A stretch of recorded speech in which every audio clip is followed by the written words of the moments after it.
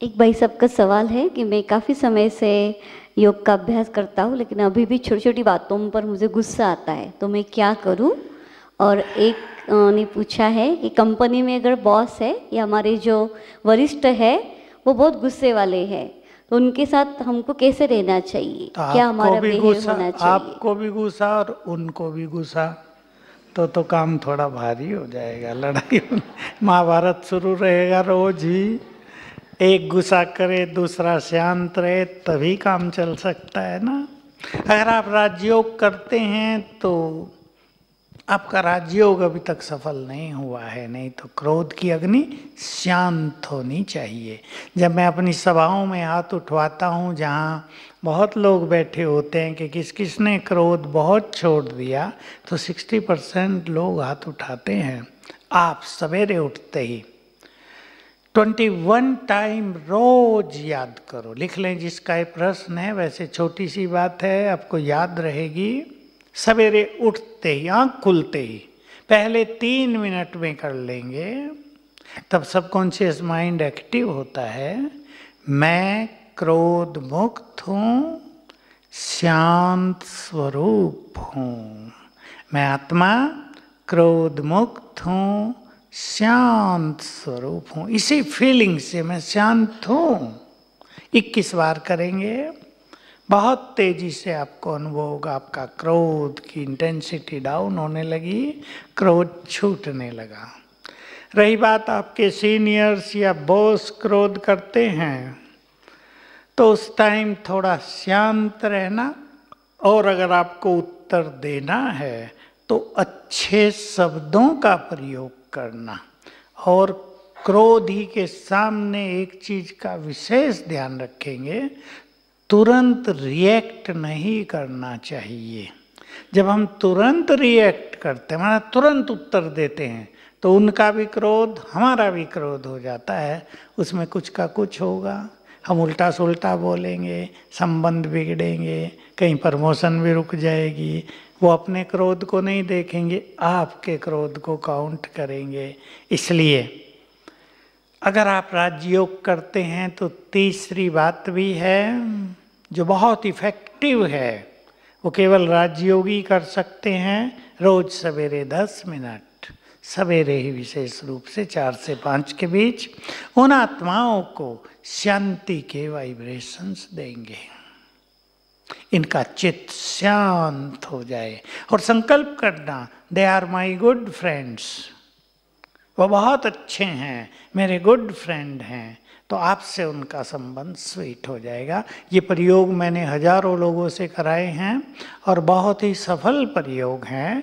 हम अपनी भावनाओं को बदल दें, एटीट्यूड्स कहते हैं, इन्हें वृत्ति कहते हैं, इसको बदल दें तो दूसरे का व्यवहार बदल जाता। आपको 7 दिन में ही बहुत अच्छा रिजल्ट दिखाई देगा और उनका क्रोध भी शांत होगा, आपका जीवन सुखी होगा।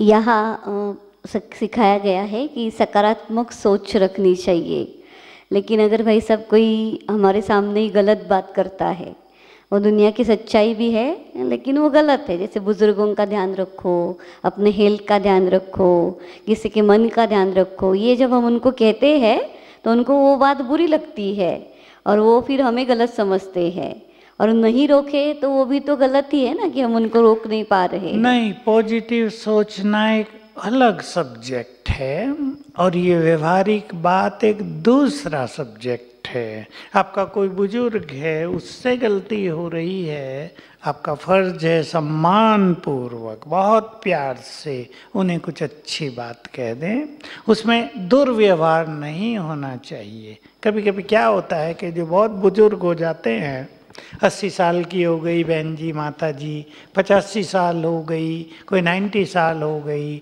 अब वो इरिटेट रहने लगते हैं, चिड़चिड़ापन आ जाता है, कुछ शरीर की बीमारियां होती हैं, कुछ उनकी अपनी इच्छाएं होती हैं, बच्चे पोतरे सुनते नहीं हैं तो इरिटेट होने लगते हैं। तो ऐसे में अपने व्यवहार को थोड़ा स्वीट रखना ही चाहिए। जो बुजुर्ग व्यक्ति हो गया है उसकी मेंटलिटी को समझकर थोड़ा उनको सम्मान देना, हम एक बात भूल जाते हैं कि बड़ों को भी हमारे प्यार की जरूरत पड़ती है। ये नहीं बड़े प्यार देंगे ही, थोड़ा प्यार से बात करेंगे तो उनमें सुधार आएगा। लेकिन पॉजिटिव होना उसको इस तरह होता है, मान लो कोई व्यक्ति बीमार हो गया, एक बड़ी बीमारी किसी व्यक्ति को लग गई, कैंसर। अब कैंसर ऐसी बीमारी है आजकल कि उसका नाम सुनते ही मनुष्य की आधी मृत्यु हो जाती है, वो घबरा जाता है। अब तो गए, एक केस मैंने देखा अभी अभी चल रहा है, उसको भी किसी ने बताया भी नहीं कि तुम्हें कैंसर है, पर उसको आभास हो गया है और वो बहन बिल्कुल डेड हो गई है, बोलती नहीं, सुन्न लेटी हुई है। ऑपरेशन हो गया, सब कुछ अच्छा हो गया, कोई बड़ा ऑपरेशन नहीं हुआ, डॉक्टर बहुत अच्छा था, फीस भी बहुत कम ली, लेकिन ये माता जी बिल्कुल डेड जैसी हो गई। हमारे उसको उमंग दिलाने के बाद भी उसको उमंग नहीं हो रहा है कि मैं ठीक हो जाऊंगी। तो यहाँ पॉजिटिविटी की ज़रूरत होती है कि ये कुछ नहीं है, बीमारी आई है चली गई है, इसमें मुझे घबराने की ज़रूरत नहीं, सब कुछ ठीक हो जाएगा। इसको पॉजिटिविटी कहते हैं। तो व्यवहार एक पहलू है और जीवन में पॉजिटिव रहना दूसरा पहलू है।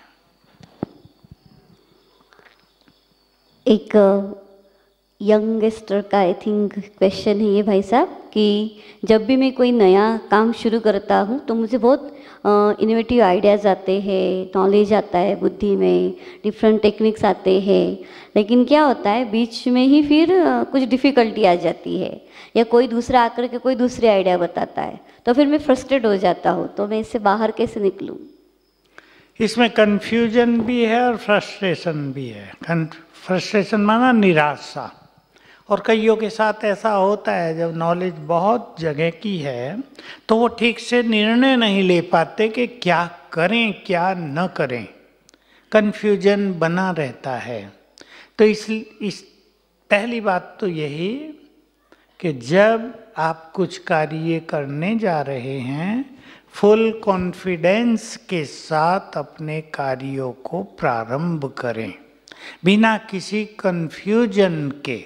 ये बात आपको बहुत ध्यान रखनी है। सिंगल माइंडेड कहते हैं इसको, सिंगल माइंडेड हो जाए, ये काम मुझे ऐसे करना ही है। जब आपके पास नॉलेज है तो दूसरों की बात सुनकर आपको कंफ्यूज होने की ज़रूरत नहीं। दूसरों की बात सुन के कंफ्यूज वो होते हैं जिनके पास आत्मविश्वास की बहुत कमी होती है कि मैं जो कार्य कर रही हूँ वो बिल्कुल ठीक है।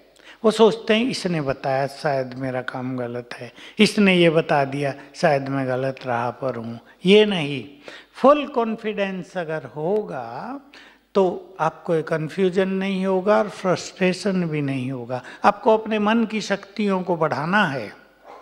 निराश होना ये मनुष्य की बहुत बड़ी कमजोरी है।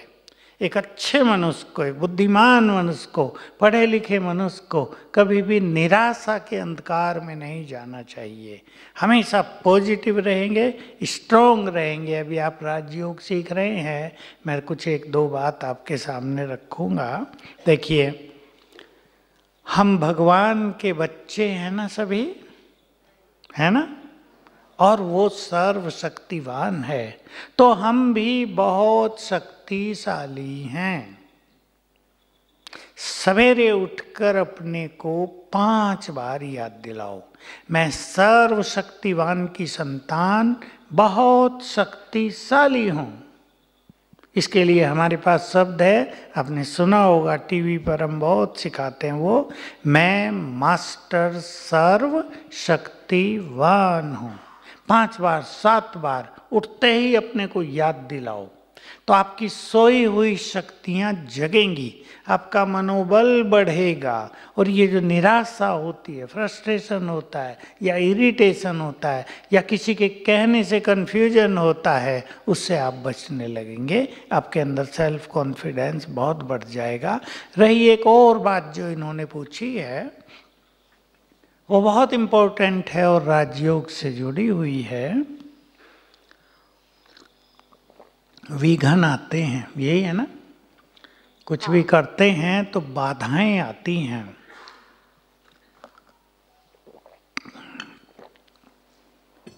मैं आपको अभी अभी का एक अनुभव सुनाऊं। देखो संकल्प से कितना फायदा होता है। अमेरिका से मुझे अभी अभी फ़ोन आया, 9 बजे आया, मुझे यहाँ आना था, फ़ोन आ गया।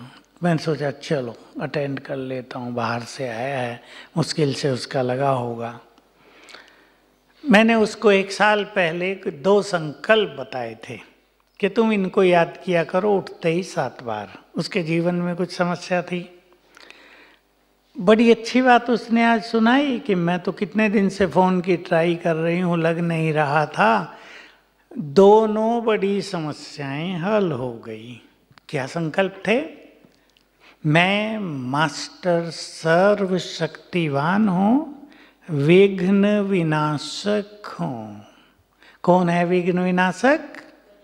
गणेश जी को कहते हैं ना, आप भी हो। गणेश के भाई नहीं हो क्या? बहनें नहीं हो गणेश की? गणेश किसका पुत्र था? बोलो ना, शिव का। और आप किसके पुत्र हैं? तो भाई बहनें नहीं हो गए? सोचो तो सही मैं क्या कह रहा हूं, हो गए या नहीं? आप तो डर डर के बता रहे कि गणेश जी नाराज ना हो जाएं। वो नाराज नहीं होते, वो नहीं नाराज होंगे। तो उनके पास विघ्न विनाशक की शक्ति है ना, वो हमारे पास भी है। हम यही तो भूल गए। तो मैंने उन्हें कहा तुम रोज सवेरे 7 बार उठकर याद किया करो, मैं बहुत शक्तिशाली हूँ, विघ्न विनाशक हूँ। तब वो बता रही थी 2 बड़ी प्रॉब्लम उसके सामने थी, एक उसके बच्चे की, एक उसकी अपनी। दोनों हल हो गई। अब कहा तीसरी और ठीक करनी मुझे, नहीं हो गई होगी प्रॉब्लम। मैंने कहा क्या हो गया? मेरे पति का अच्छा बिजनेस हो जाए कुछ, अभी पता नहीं कौन सा। फिर उसका फ़ोन कट गया, दोबारा मिला नहीं, मुझे यहाँ आना था। मेरे पति का अच्छा बिजनेस शुरू हो जाए। तो संकल्पों में बहुत शक्ति है, सब याद रखेंगे ये बात। मन में पावर है, इसका अर्थ है मन के विचारों में पावर है, उसे आप पहचान लें।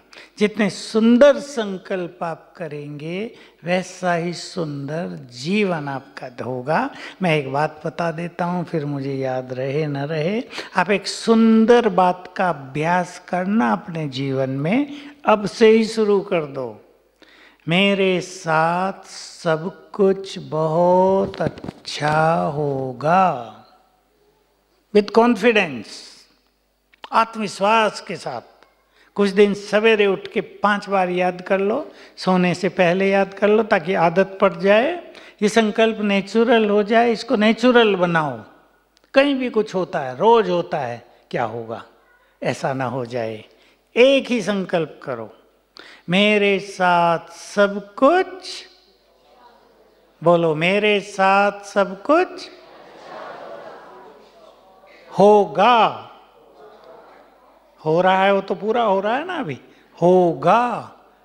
तो आप इसका रिजल्ट देखना, इफेक्ट देखना, सब कुछ अच्छा होने लगेगा। एक छोटा सा प्रयोग आप जीवन में करके देखो, सब कुछ अच्छा होने लगेगा। ये मन की शक्ति है, क्योंकि हमारे मन के हर विचार से एनर्जी जनरेट होती है, एनर्जी पैदा होती है, वो निर्माण करती है बहुत चीज़ों का। जिस तरह के विचार हम रखते हैं उसी तरह का हम निर्माण करते हैं। ये बात आप सबको जाननी है, तो बहुत अच्छा हो जाएगा।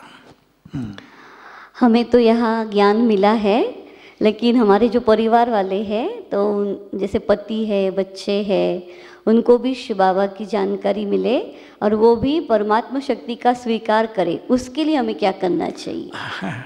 उनको भी मिलेगा। आपकी शुभ भावनाएं हैं तो क्यों नहीं मिलेगा। हर व्यक्ति चाहता है हमें कोई अच्छी चीज़ मिली है तो परिवार को पूरे को मिल जाए। आप कोई अच्छा फल भी खरीद लें तो चाहेंगे ना इतने खरीद लें कि सब लोग खाएं, ये तो शुभ भावना रहती है।